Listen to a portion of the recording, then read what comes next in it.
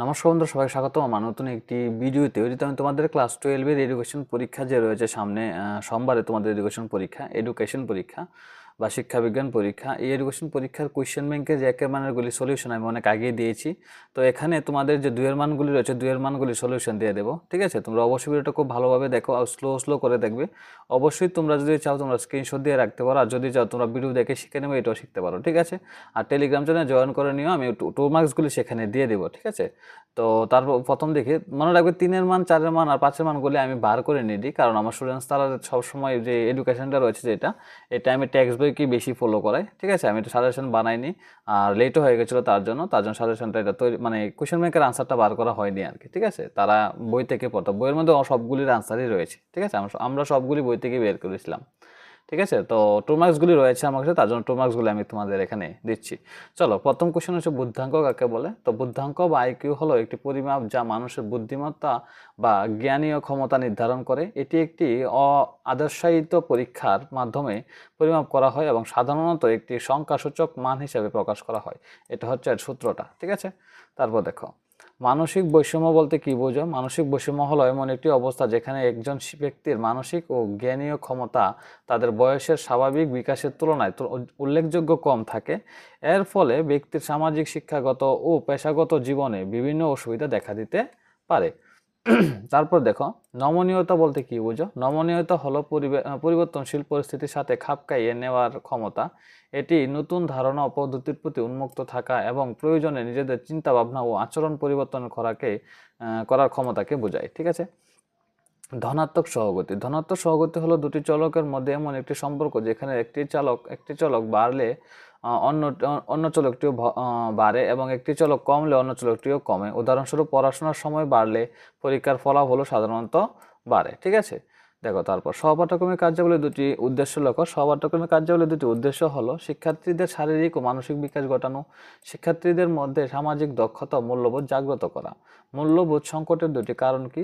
একটা হচ্ছে পরিবারের মূল্যবোধের অভাব, আর একটা হচ্ছে গণমাধ্যমের নেতিবাচক প্রভাব। ঠিক আছে, কোন কোন কোন প্রকার সহপাঠ্যক্রমিক কার্যাবলী শৃঙ্খলা গঠন করে? খেলাধুলা, বিতর্ক, এনসিসি বা এনএসএস এরকম সহপাঠ্যক্রমিক কার্যাবলীর শৃঙ্খলা গঠন করে। ঠিক আছে, বহির্জাত শৃঙ্খলা ও অন্তর্জাত শৃঙ্খলার পার্থক্য লিখো। বহির্জাত শৃঙ্খলা হলো বাইরের নিয়ম কানুন বা কর্তৃপক্ষের মাধ্যমে চাপিয়ে দেওয়া শৃঙ্খলা, যেখানে অন্তর্জাত শৃঙ্খলা হলো ব্যক্তির নিজস্ব নৈতিকতা ও মূল্যবোধের উপর ভিত্তি করে গড়ে ওঠা শৃঙ্খলা। ঠিক আছে, সহপাঠ্যক্রমিক কার্যাবলী কাকে বলে? এর একটি উদাহরণ, সহপাঠ্যক্রমিক কার্যাবলী হলো শ্রেণীকক্ষের বাইরে শিক্ষার্থীদের সার্বিক বিকাশের জন্য আয়োজিত বিভিন্ন কার্যক্রম, যেমন খেলাধুলা, বিতর্ক, সাংস্কৃতিক অনুষ্ঠান ইত্যাদি। ঠিক আছে, উদ্বেগ প্রতিকারের কি কি? উদ্বেগ প্রতিকারের উপায় কি? উদ্বেগ প্রতিকারের উপায় হলো নিয়মিত ব্যায়াম ও যোগাসন করা আর পর্যাপ্ত ঘুম ও বিশ্রাম নেওয়া। দলগত নির্দেশনা শিক্ষার্থীর আচরণের কিরূপ পরিবর্তন আনে? দলগত নির্দেশনা শিক্ষার্থীর মধ্যে সহযোগিতা, সহমর্মিতা ও সামাজিক দক্ষতা বৃদ্ধি করে। এটি তাদের মধ্যে দলবদ্ধভাবে কাজ করার এবং অন্যের মতামতকে সম্মান করার মানসিকতা তৈরি করে। তারপর দেখো, বিদ্যালয়ে আচরণমূলক সমস্যা বলতে কি বুঝো? বিদ্যালয়ে আচরণমূলক সমস্যা বলতে শিক্ষার্থীদের এমন আচরণকে বোঝায় যা বিদ্যালয়ের নিয়মকানুন ভঙ্গ করে, অন্যদের ক্ষতি করে এবং শিক্ষার পরিবেশকে ব্যাহত করে। ঠিক আছে, তারপর দেখো, হিপোক্রেটিস ব্যক্তিত্বকে কয়টি ভাগে ভাগ করেছেন সেগুলি কি কি? হিপোক্রেটিস ব্যক্তিত্বকে 4টি ভাগে ভাগ করেছে। এটা হচ্ছে দৃঢ়প্রতি, ক্রোধপ্রবণ, বিষাদপ্রবণ আর মন্থর। ঠিক আছে, তারপর দেখো, সামাজিক নির্দেশনা কিভাবে শিক্ষার্থীর আচরণের উন্নতি ঘটায়? সামাজিক নির্দেশনা শিক্ষার্থীর মধ্যে সামাজিক নিয়মকানুন, মূল্যবোধ এবং দায়িত্ববোধ সম্পর্কে সচেতনতা তৈরি করে। এটি তাদের মধ্যে সঠিক সামাজিক আচরণ গড়ে তুলতে সাহায্য করে। তথ্য নির্ণয়মূলক সাক্ষাৎকার কাকে বলে? তথ্য নির্ণয়মূলক সাক্ষাৎকার হলো এমন একটি সাক্ষাৎকার যেখানে নির্দিষ্ট তথ্য সংগ্রহের জন্য প্রশ্ন করা হয়। এটি সাধারণত কোনো সমস্যা বা পরিস্থিতির বিশ্লেষণের জন্য ব্যবহৃত হয়। ঠিক আছে, তারপর দেখো, শিক্ষণ অক্ষমতা কত প্রকার? কি কি? শিক্ষণ অক্ষমতা 3 প্রকারের হতে পারে, এটা একটু বেশি প্রকার হতে পারে। ঠিক আছে, ডিসলেক্সিয়া, ডিসগ্রাফিয়া এবং ডিসক্যালকুলিয়া 3 প্রকার দিয়েছে তোমাদের বই। হ্যাঁ, আরও রয়েছে অ্যাসপ্রাসিয়া, আরও অনেকগুলি রয়েছে কয়েকটা। হ্যাঁ, এটিও শিক্ষণ অক্ষমতার মধ্যেই পড়ে।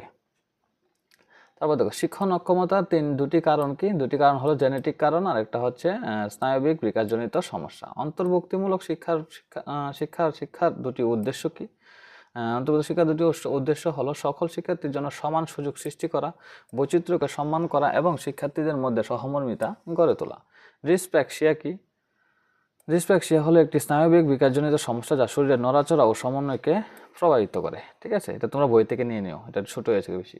মূক ও বধির শিশুদের শিক্ষার উদ্দেশ্য কি? মূক ও বধির শিশুদের তাদের যোগাযোগ দক্ষতা বৃদ্ধি করা এবং তাদের সামাজিক ও পেশাগত জীবনে স্বনির্ভর হতে সাহায্য করে। অন্তর্ভুক্তিমূলক শিক্ষা কাকে বলে? অন্তর্ভুক্তিমূলক শিক্ষা হলো এমন একটি প্রক্রিয়া যা যে কোনো রকম অক্ষম শিক্ষার্থীদের উপযুক্ত প্রদীপন ও সহায়ক পরিষেবা দিয়ে নিকটবর্তী বিদ্যালয়ের বয়স অনুযায়ী শ্রেণীতে প্রবেশের অধিকার দেয়।